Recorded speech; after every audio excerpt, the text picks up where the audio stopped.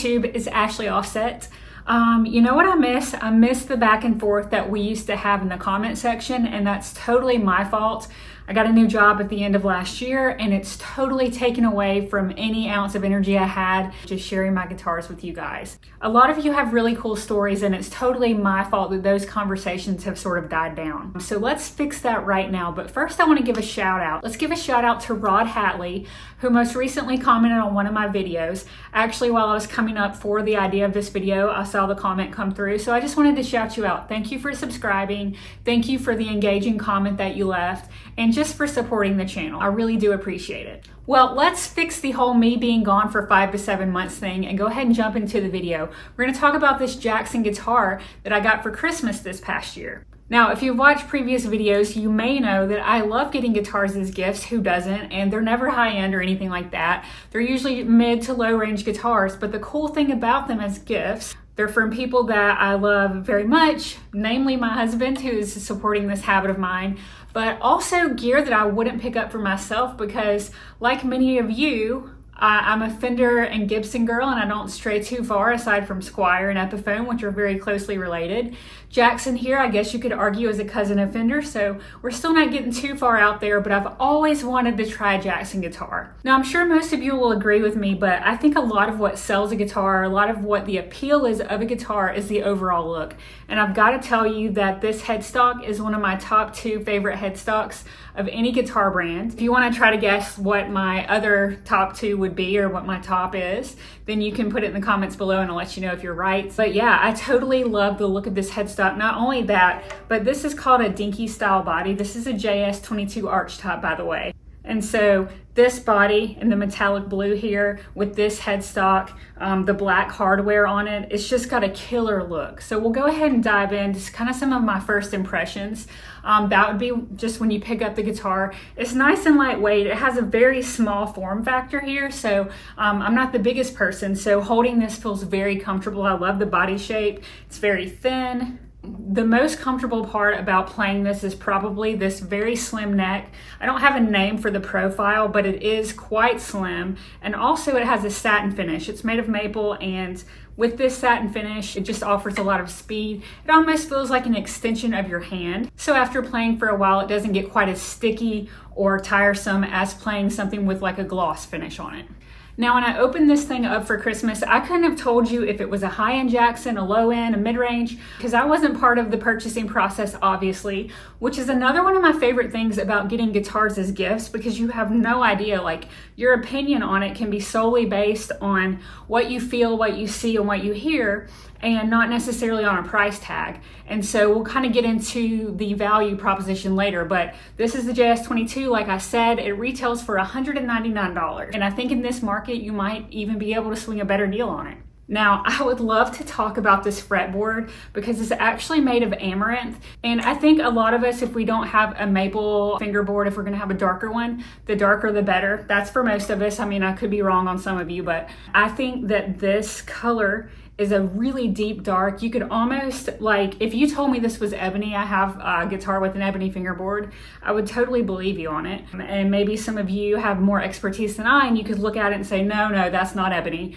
But truly, it really does compare to the ebony fingerboard I have. It's absolutely beautiful. It's just a really nice, deep, dark brown to black color. I prefer it much more than other budget guitars that have something like a Paul Faro or an Indian Laurel. It's just a really nice look. Now you combine that with these really large shark tooth pearloid, just really signature Jackson fret markers. And again, combine all of that into this one guitar and the look is there. So check that box if you want to look. I think this one fits the criteria. I know that's my opinion, but I'm used to a lot of classic looking guitars, Strats, Telecasters, recently a Les Paul, a lot of SGs. And so this just has a total different look to it, and I'm loving that about it. Now it does have a 12 to 16 inch compound radius. These are jumbo frets on it, and the scale length is 25.5. That combined with the satin neck, again, just offers a lot of speed and precision. I totally understand the shredder population now. if I may call you shredder population. But seriously, we know I can't shred, but when I pick this up, it does make me want to play a different style of guitar. It actually makes me want to listen to metal, which I'm not really currently into. And I think anytime a guitar can inspire new ideas and kind of get you out of a rut, well, I think there's some value in that. Now, this does have 2 Jackson ceramic high output pickups. They sound really great. I'm going to give you a demo a little bit later, so please stick around for that. We have a 2-point tremolo bridge. I really wish I could find the whammy bar for this thing. It looks really cool. I'll insert a picture somewhere around here. I love the kind of more modern design of that as opposed to my other guitars. So really just keeping in line with that sleek, really quick, precise metal kind of vibe that we have here. Now it does have a 3-way toggle switch for your neck, your bridge and neck, and your bridge. Dome style control knobs again. All the hardware is in black, and this is for your volume and your tone. Your output jack goes along the bottom edge here, and of course finished in a metallic black. The nut on this is made of plastic. You have your truss, adjustable truss right here underneath the cover, and then your Jackson logo. And then you have these die-cast tuners on the back here, again in black. Okay, the case situation for this, well, there's no case. This is not a shocker, especially at this price point. Not a big deal at all. Okay, well, let's go back to December when I was magically wearing this same shirt and look at a little demo that I did on the guitar. Now, I've been told by you guys not to apologize for my playing skills anymore, so I won't. I'll simply say this was a blast to play, and like all of us, I'm still a work in progress. Here comes the demo. Please stick around afterwards for my final thoughts.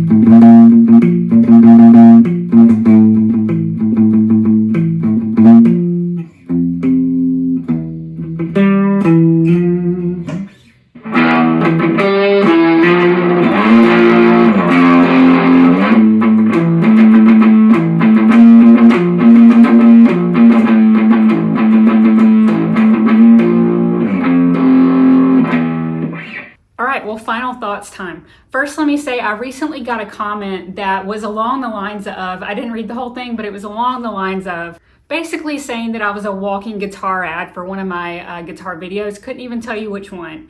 To that I say, I'm a very, very small YouTube channel, so if a guitar store or a guitar brand that I've featured on my channel thus far even had heard of me, let alone reached out to sponsor a video of mine, it would be shocking and an honor to me, and I would surely let you know about it. The truth is, these are all my guitars. And so along with that, well, I'm only gonna buy what I like. So that means that by the very nature of the video, it's probably gonna be positive because I bought what I liked or a loved one bought me what they thought I would like. The exception to that was the Tom DeLonge Strat I got. The initial impression video was positive, but I did tell you guys I returned that one. These are all my honest opinions. Not everything is sunshine and rainbows, but most of the time it's gonna be. So again, these are my true thoughts. I'm not a walking guitar ad. I'm a positive person, and I make sure I like what I get before I spend money on it. All that to say, this is the best value guitar I own. That's comparing it to my Squire Classic Vibe Strat and comparing it to my Epiphone SG. Both very solid guitars. They play very well. I have no complaints. And when I picked them up, I very well could tell you, oh, this is my favorite budget guitar. So if anything else, it's equal or better to them, and I'll tell you why. It's cheaper than both of those guitars. When I pick it up, after long periods of time, I've been very busy, so I seldom get to just pick up a guitar anymore. When I pick it up and it's been a couple of weeks, it's still in tune. It stays in tune throughout me playing. And for something for $199, if I were to get this for one of my kids or someone who was in the market, tuning stability is very important, especially in your early learning experience. It just makes it that much better and enjoyable. So I would hands down recommend this just for that aspect alone. And I would double down on that if it was someone looking for a more metal or shredder-like guitar. I completely go to a different place than I usually do when I pick up a Strat or a Tele. Usually go into something like blues or classic rock or country vibes. And with this, I've really kind of leaned into trying to play a different way. And again, like I said, I think that inspiration alone is also worth the value. So yeah, overall, every time I pick this thing up, I'm blown away that it is the price it is. What I want to know though is it makes me curious, because I know these things go up and up and up in price. Do any of you have a higher end one? You could tell me, is that higher price, does it make the guitar that much better? Because this one's pretty damn good. I would even say compared against something like my Classic Vibe, which I love, or I have a Squire Bullet Tele, or again, the Epiphone SG, it's not as comfortable as this guitar is, because you can feel the fret ends on those. That's pretty common with the lower end guitars. It's just not happening on this one, and so it's very comfortable. Also like that it has this binding that goes down the neck in white. Overall, not even overall. Hands down, I love this guitar. I would buy it again if I had to. It is a killer guitar. Hey, if you stuck around to the end of the video, I really appreciate it a lot. If you like this kind of thing, consider subscribing. You also could hit the notification bell. I don't typically ask that you do this, but seeing that I don't post as often as I used to, I'm afraid that when I do post, it'll just go into the abyss, so to speak, because the algorithm's like, nah, you suck, you don't post consistently. So if you want to know when I upload a video about a new guitar, you can hit the notification bell. To those of you who have been here, thank you so much. Thank you for sticking around and really encouraging me to keep going. It means the world to me. And again, let me know if you've tried any iteration of this guitar. I'd love to know if you feel the same way, and I'll see you in the next video. Yes.